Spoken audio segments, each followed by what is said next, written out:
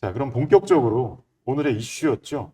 그 충남 공약, 대선 공약에서의 충남 공약을 좀 이렇게 뽑아내서 그 중에 그 우선순위, 1, 2, 3순위에 대해서 그 우리가 평가 사업을 했습니다. 천안함선 경실련에서. 그래서 이제 취합을 했고 보도 자료가 언제 나갑니까? 이제 조만간에 배포되시겠죠. 예, 예. 그 빨리 배포됐으면 좋겠어요. 근데 사실 그 보도 자료를 보고 영향을 받고 뽑을 대통령 후보를 바꿀 유권자는 별로 없으리라고 생각은 됩니다만 우리가 또 역사와 전통을 자랑하는 시민단체로서 빨리 내주시길 바라고 일단 그 첫 번째 이슈인 사실은 그 우선순위들이 약간 겹치는 부분이 없지 않아 있습니다.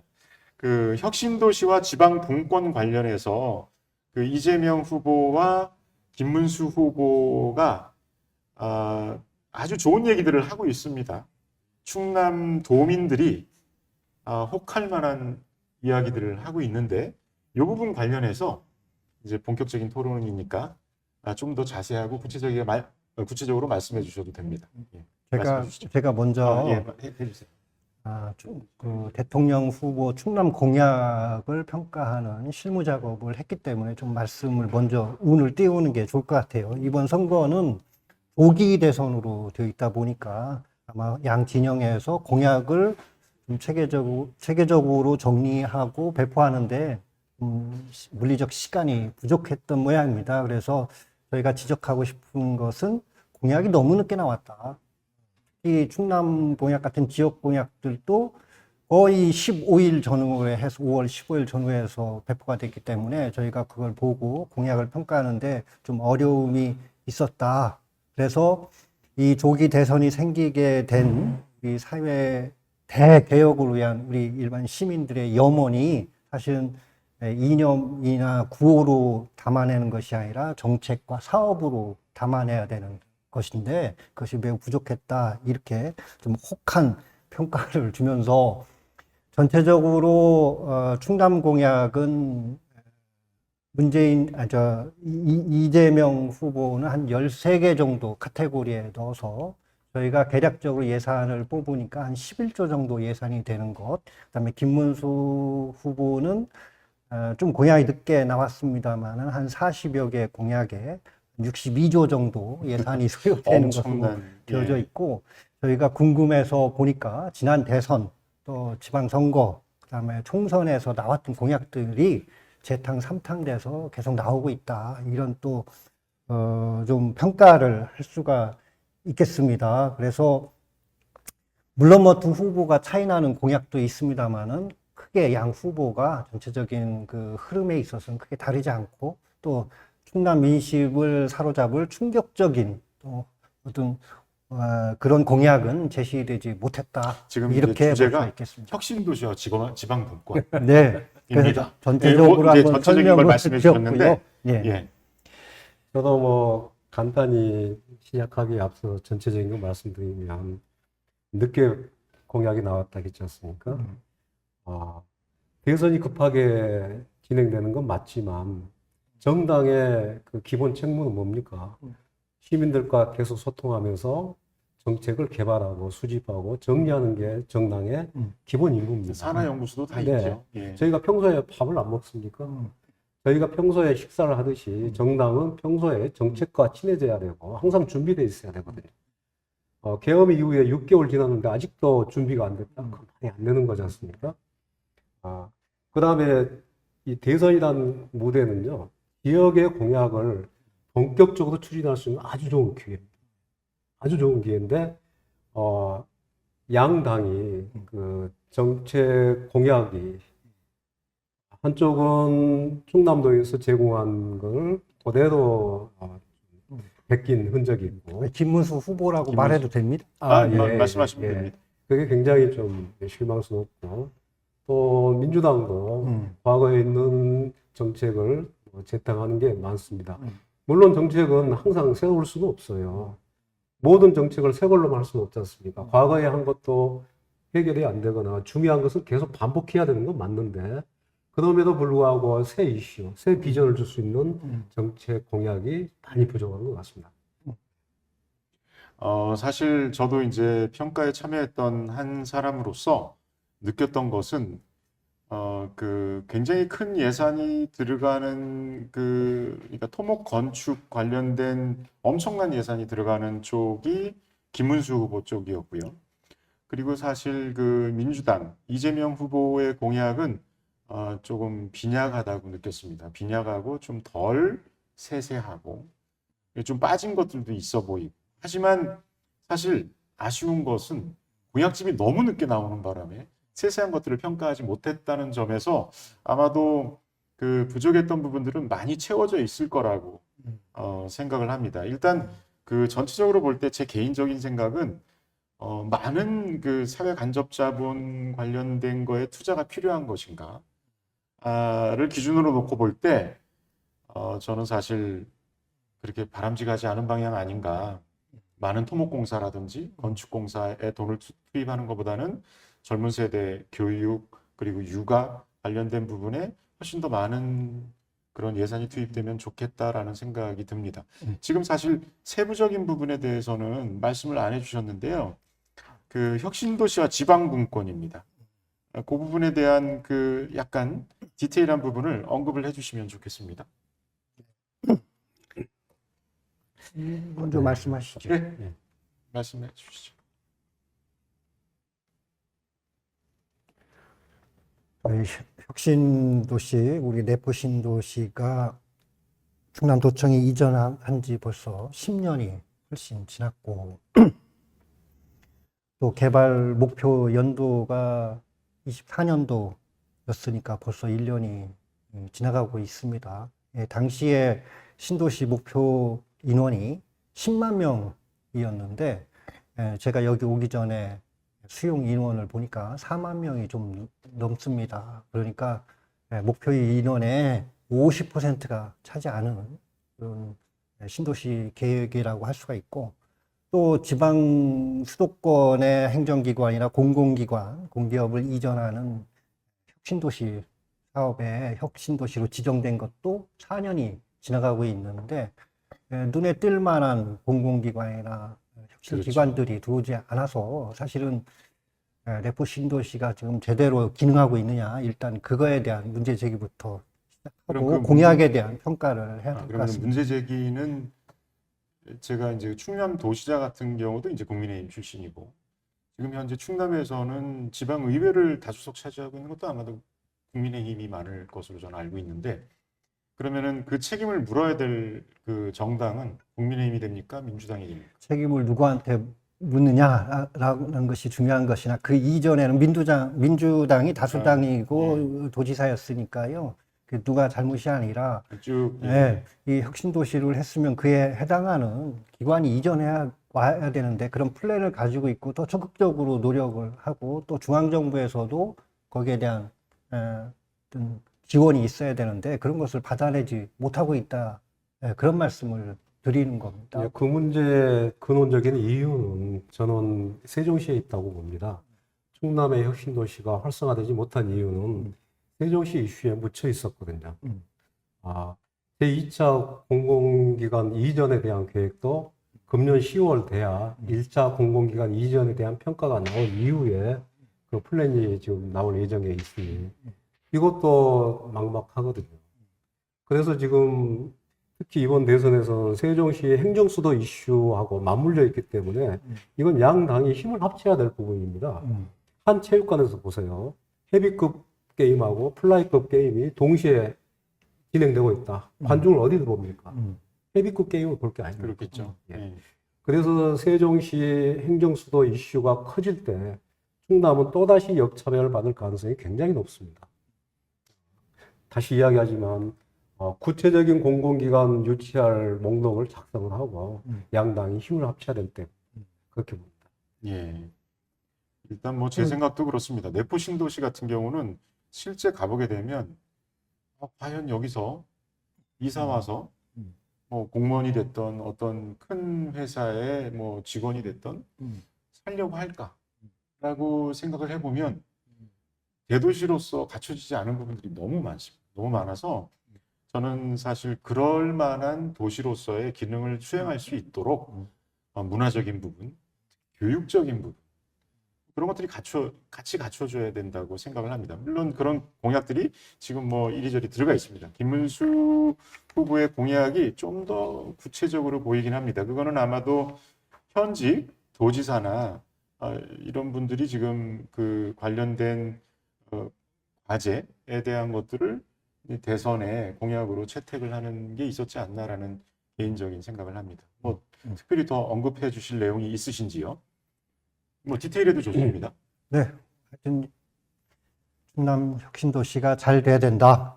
네. 양당이 공약을 했으니 뭔가 될 것 같다. 누가 이렇게, 대통령이 예, 되든 기대감을 약속은 지켜라. 기대감을 갖죠.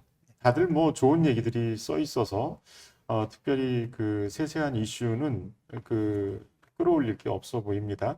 두 번째 이슈 관련인데 이 부분은 이제 충남의 경쟁력, 경제, 기업 관련된 내용인데 디스플레이 관련된 그 투자 내지는 그 지원이 이재명 후보가 약속을 하고 있고요.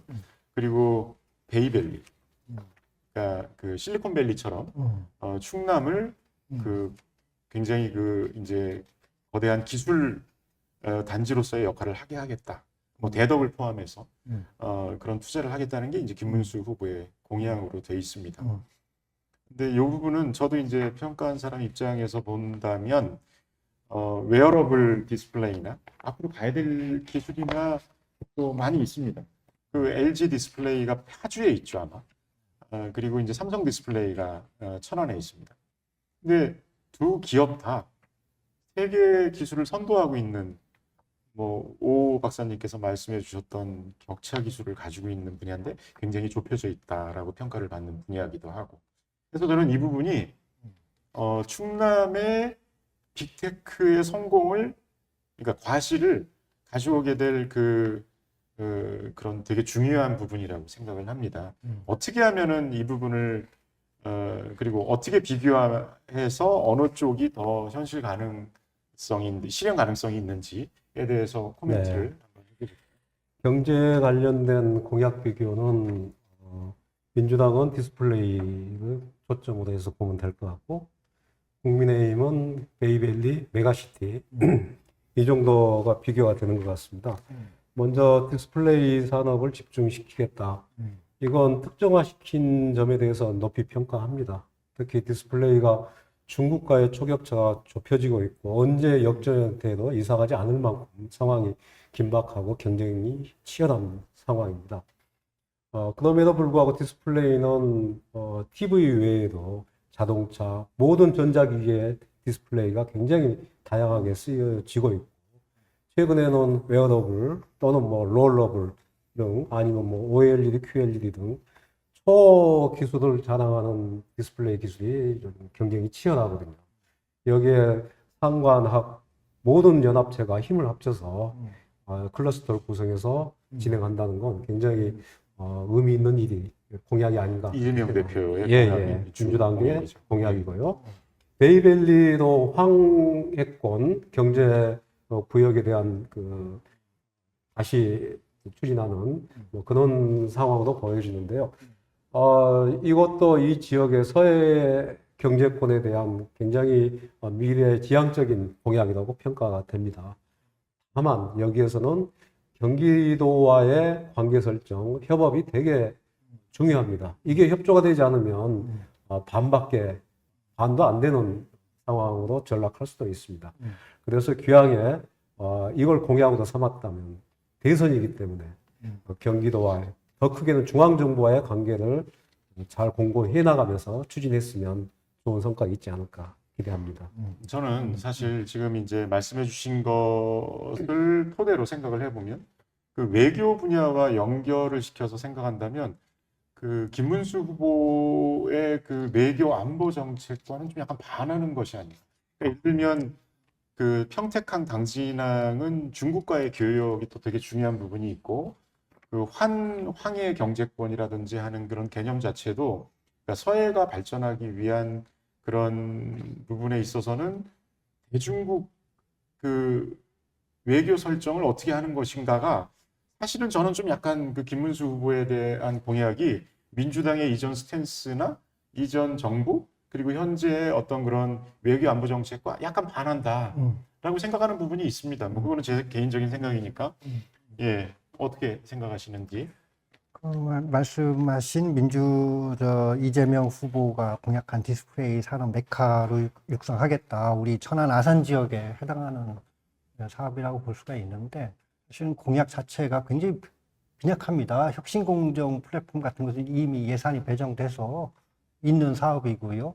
또 소부장, 그 부품 소재 산업을 육성하겠다라는 것도 기존에 있던 것과 크게 다르지 않다. 이렇게 봐서 물론 디스플레이 산업이 뭐 하루 이틀 만에 되는 것이 아니라 10년, 20년 장기간에 걸쳐서 투자해야 될 사업이기도 하지만은 하여튼 이재명 후보의 공약이 기존과 크게 다르지 않고 좀 부실하다, 좀 미흡하다 그렇게 평가할 수가 있고요.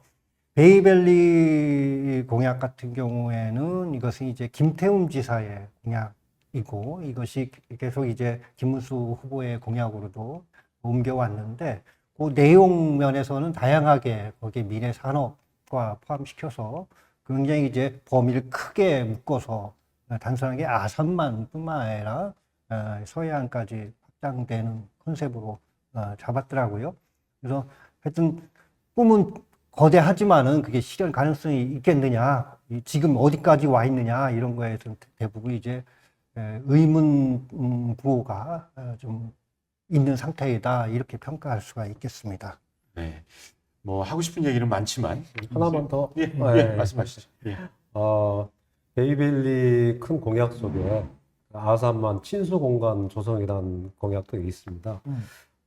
경제 일변도, 개발 일변도인데 약간 그 환경과 관련된 공약이 있어서 눈에 띄었고 충청권은 서해안에 많은 그 자원이 있는데 이 자원을 활용하는 친환경적이고 시민적인 그 공약도 굉장히 중요하다고 봅니다. 네. 좀 많이 더 개발돼 가지고 꼭 실현됐으면 하는 마음입니다. 예. 어느 분이 대통령이 되든 네.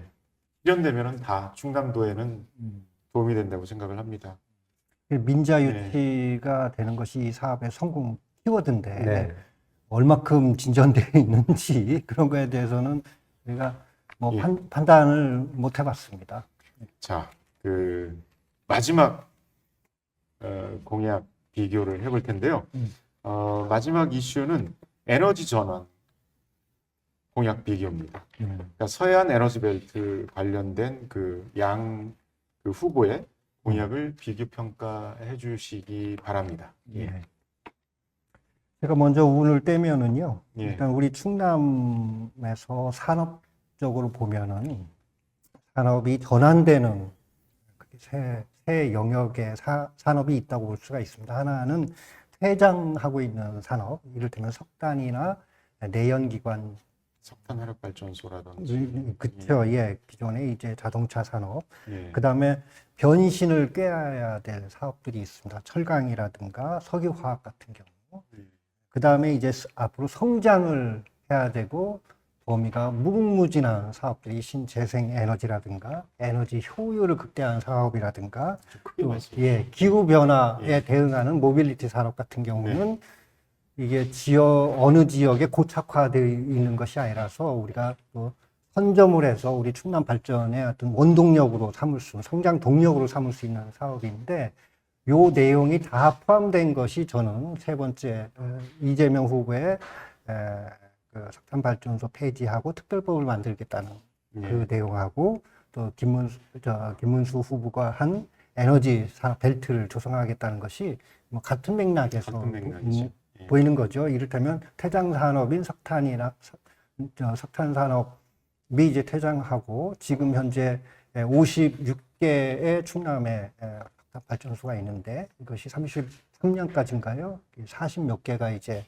폐지되고 거기에 LNG 발전소라든가 다른 뭐 수소 발전소라든가 이런 것이 전환되는 이런 과정에 있는 것들에 대해서는 또 지원을 해야 되는 것이고 그 다음에 이제 변신을 꾀해야 되는 것이 이제 또 석유화학단지에 있는 대산에 있는 석유화학단지도 좀 사양 또 변화를 추구해야 되는 그런 사업이라고 할 수가 있고 또 신성장 산업으로 에너지라든가 또 에너지 고효율 산업들, 그다음에 기후 변화에 대응하는 전기나 수소 자동차와 같은 부품 소재 산업들을 이제 에, 그 퇴장 사업들을 대체하는 사업으로 전환해야 되는 문제. 그래서 두 후보가 어쨌든 충남에 가장 필요한 그 두 문제는 다루고 있다. 이렇게 평가는 할 수가 있겠습니다.